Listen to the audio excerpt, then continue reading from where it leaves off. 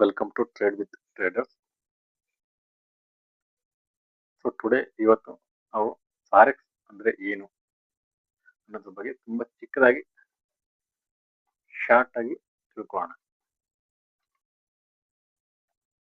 Forex ಅಂದ್ರೆ nothing but currency ಪೇರ್ನ trade ಮಾಡೋದು. So euro USD, GBP JPY, USD JPY ಈ ತರ ಬೇರೆ ದೇಶದ ಕರೆನ್ಸಿಗಳನ್ನ ಟ್ರೇಡ್ ಮಾಡೋದನ್ನೇ